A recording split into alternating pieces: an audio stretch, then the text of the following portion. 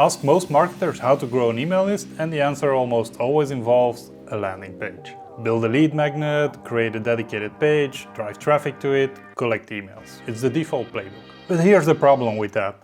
A landing page is a detour. Every time you ask someone to go here to get this, you're adding a step they didn't plan to take. And not because they're not interested, but because you interrupted the thing they were already doing and asked them to go somewhere else entirely. Monsterlinks removes the detour. The opt-in lives inside the content itself, anywhere a link can exist, which is a much bigger distribution surface than most people realize.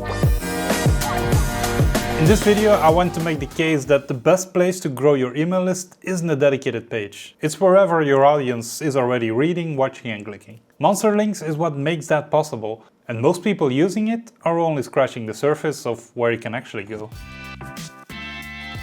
A landing page optimized for opt-ins is not a bad thing. The problem is treating it as the only mechanism, routing every list building opportunity through a single URL that people have to navigate to on purpose.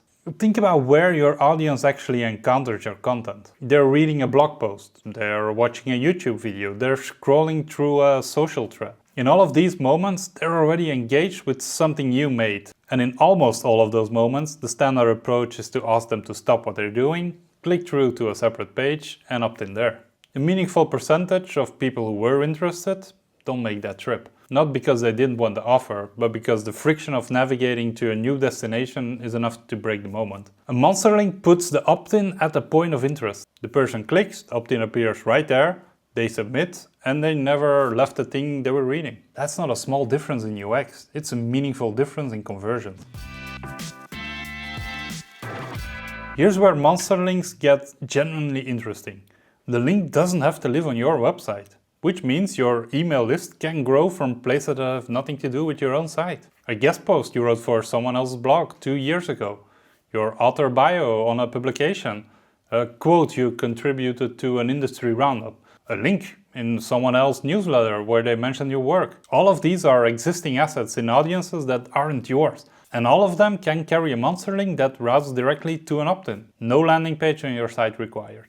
The same applies to your outbound channels. An email you send to your existing list can include a Monsterlink that turns a forward in a new subscriber. A social post about a resource you just published can link directly to the opt-in rather than to a page that then leads to an opt-in. Every touchpoint where someone might click becomes a potential list building moment. Most businesses treat their website as the only place where list growth happens. Monsterlinks make that assumption optional.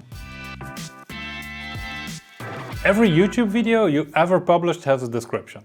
Every podcast episode has show notes. These are pages with real traffic. People who watched or listened to something you made are still on the page and are in a receptive state. Which means watch the video, scroll to the description, click through a separate page, fill in the form. That's 4 distinct actions, each with its own drop-off rate. A Monsterlink in the YouTube description shortens that to 2. Click the link, fill in the form. The opt-in appears immediately when they click, without redirecting them away from YouTube.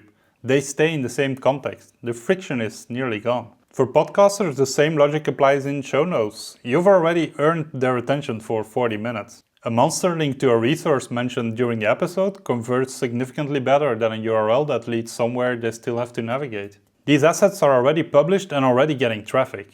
Adding a Monsterlink costs you nothing and turns a passive audience into an active list. New content isn't what's standing between you and a bigger email list. Placement is. Most websites have months or years of published content that gets consistent traffic and currently does nothing for your list growth. The same applies to your email archive. A high-performing email that you sent 6 months ago, when that drove clicks and replies, can be resent or forwarded with a Monsterlink embedded in the copy. The people who already found it valuable are primed to engage again. And here's the highest leverage version of list building that most people ignore. Activating what's already working rather than building something new. So audit your top 10 traffic pages. Find the natural link opportunities. And add Monsterlinks. Your list will start growing from content you wrote years ago. The landing page isn't going away. It's still a useful tool for specific campaigns and paid traffic. But it shouldn't be the only place your list grows, because it's not the only place your audience is. Monsterlinks makes the opt-in portable. Put it where your audience already is, inside your content, inside other people's content, inside your YouTube descriptions, inside every email you send. Your list grows from all of those services simultaneously, without routing everything through a single page. There's a link to OptinMonster in the description if you want to check it out. I've added a helpful video to the side of me. I really hope you enjoyed the video. Please drop a like or subscribe if you did, and I'll see you in the next one. Bye.